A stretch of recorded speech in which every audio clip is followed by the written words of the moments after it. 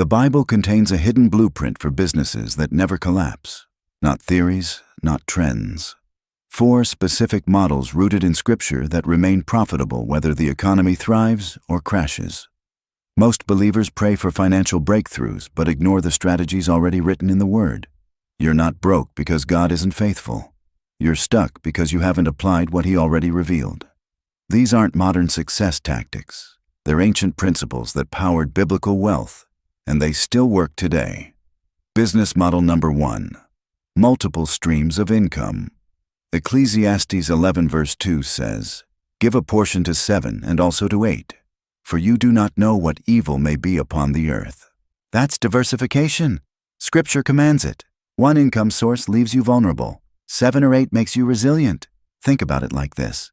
If one stream dries up, you still have 6 others flowing. That's not paranoia, that's wisdom. The Proverbs 31 woman operated 4 separate businesses simultaneously.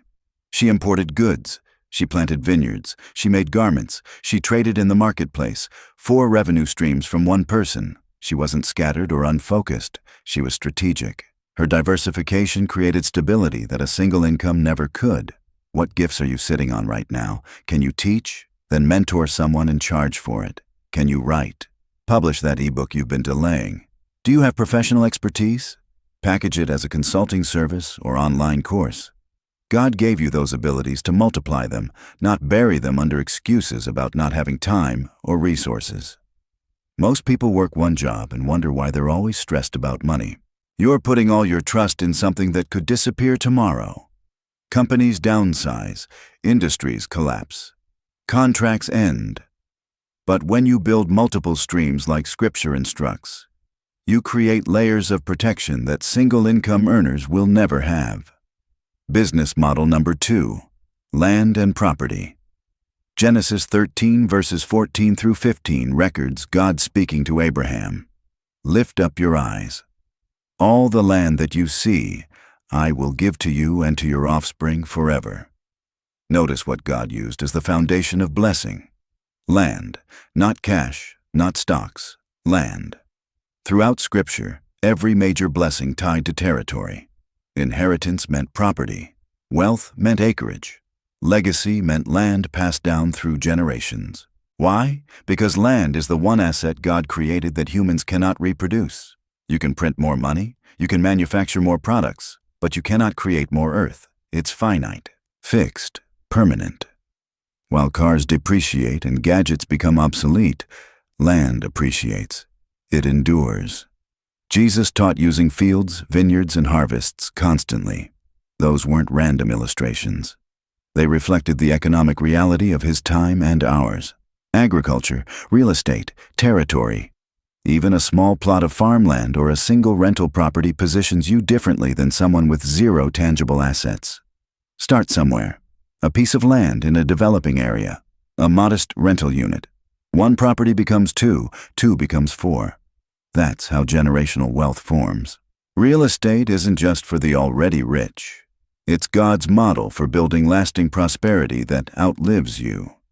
Business model number 3. Knowledge and wisdom. Proverbs 4 verse 7 declares, "Wisdom is the principal thing. Therefore get wisdom, and with all you're getting, get understanding." Knowledge is currency, the only form of wealth that inflation cannot touch. You might not own a factory or have investors, but if you've lived through challenges, gained skills, or solved specific problems, you're already carrying something profitable. A teacher with 20 years of classroom experience could build an online academy. Someone who overcame addiction could coach others through recovery. A parent who raised successful children could write a guide for struggling families. Every testimony carries value. Every hard-won lesson has a price tag. The world pays for solutions, and you possess knowledge that someone desperately needs right now. This isn't about credentials or degrees. It's about application. What have you learned that changed your life? Package it, teach it, sell it. In God's economy, nothing gets wasted. He redeems every struggle by turning your pain into someone else's pathway forward. The more you learn, the more you earn. But don't chase information alone. Pursue revelation. Seek the kind of wisdom that comes directly from God through prayer and study. That's the knowledge that doesn't just make you successful. It makes you supernatural in your approach to business. Business model number 4. Transportation and movement. This one surprises people, but Scripture validates it repeatedly. Genesis 45 verse 19 records Pharaoh instructing Joseph to take carts from Egypt for your children and your wives and get your father and come. Transportation enabled the salvation of an entire family line. Movement preserved a nation. When Jesus was born, how did Joseph and Mary escape Herod's massacre? They traveled to Egypt. Motion saved the Messiah. Movement creates access. Access creates opportunity. Opportunity creates provision. Let's talk about how this applies to your everyday life. That vehicle parked outside isn't just steel and rubber. It's potential income waiting to be activated. You could launch a delivery route, offer rides, transport goods for local businesses, provide mobile services like car detailing or mobile oil changes. Your bicycle could become a courier service in congested urban areas where cars can't navigate quickly. Motion equals money when you understand how to leverage what you already possess. Paul the Apostle demonstrated this perfectly. He wasn't stationary. He journeyed from city to city, carrying letters, spreading the gospel, building communities. His movement multiplied his ministry exponentially. The same principle applies to income. Stagnation breeds scarcity. Movement breeds multiplication. If God has given you the means to transport, whether it's a car, truck, bike, or even your own 2 feet, don't let that resource sit idle. Put it to work. Because in the kingdom, what you don't use, you lose. What you activate, God amplifies. But here's where most people derail everything we just discussed. You can understand these 4 business models perfectly and still fail. Why? Because there are internal saboteurs, spiritual obstacles that block blessing faster than any external circumstance ever could. Let me expose the 4 most dangerous ones right now. Obstacle number 1, uncontrolled debt. Proverbs 22 verse 7 states clearly, "The borrower is slave to the lender." Debt isn't merely a financial burden.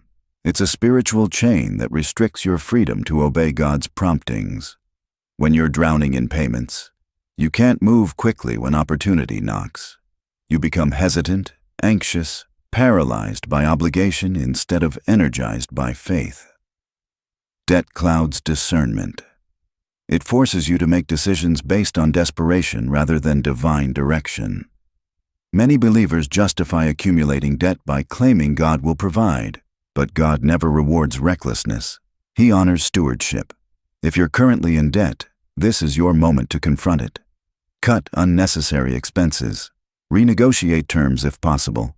Seek counsel. Pray with intensity. You cannot construct God's blueprint for your life while operating under financial bondage. Obstacle number 2, laziness disguised as faith. Proverbs 13 verse 4 warns, "The soul of the sluggard craves and gets nothing, while the soul of the diligent is richly supplied." God provides ideas, not instant income. He opens doors, not automatic deposits. Dreaming without action robs the kingdom of fruit that should manifest through your hands. The perfect time you're waiting for doesn't exist. The ideal moment was yesterday. Today is second best. Laziness wears sophisticated masks, procrastination, fear of imperfection, endless planning with zero execution. But heaven responds to movement. Faith without corresponding works remains lifeless. Ideas without implementation become wasted prayers. Stop waiting for conditions to align perfectly. Start messy if you must, but start with intentionality. Diligence may not seem glamorous, but it's Aries supernatural power. Obstacle number 3, wrong motives driving your ambition. James 4, verse 3 reveals, "When you ask, you do not receive because you ask with wrong motives, that you may spend what you get on your pleasures." Why do you want wealth?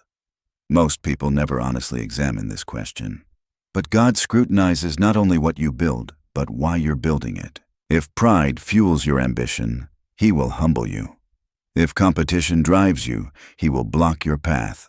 If self-glorification motivates you, He will allow your plans to collapse.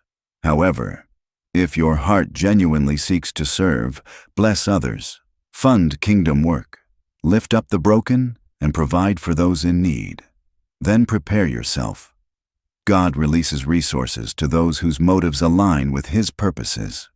Transform your business into an altar, not an ego monument. When God trusts you with wealth, He won't withhold it. Obstacle number 4. Refusing to sow into God's work. Proverbs 11 verse 24 teaches, "One gives freely, yet grows all the richer. Another withholds what he should give and only suffers want." Giving isn't charity, it's declaration. When you give, you proclaim that God, not your salary or savings, is your true source. Yet countless believers choke their own blessing by refusing to release what they hold.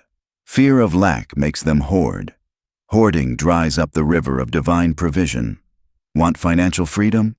Become spiritually generous. Tithe. Support ministries. Help widows. Feed the hungry. Sponsor gospel work. When you give to God, you create space for God to pour back into your life. The flow of heaven operates on this principle. Give, and it shall be given to you. But if you never release, nothing returns. Now you understand both the models and the obstacles. The question becomes simple. Will you obey? Prosperity doesn't start with dollars. It starts with discipline, discernment, and divine obedience. You now hold 4 business models anchored in Scripture and 4 obstacles that could destroy them all. This knowledge changes nothing unless you act. Stop waiting for a sign when you're holding the blueprint. That gift you've ignored could become your second income stream this month. That small piece of land you can afford might multiply into your children's inheritance. That painful lesson you survived could be packaged into a course that transforms lives while generating revenue. That vehicle sitting unused could move you from barely surviving to actively thriving. So what will you do today? Not tomorrow. Today. Because the same God who gave Joseph strategy, Abraham land, Solomon wisdom, and Paul momentum is offering you the exact same opportunity right now.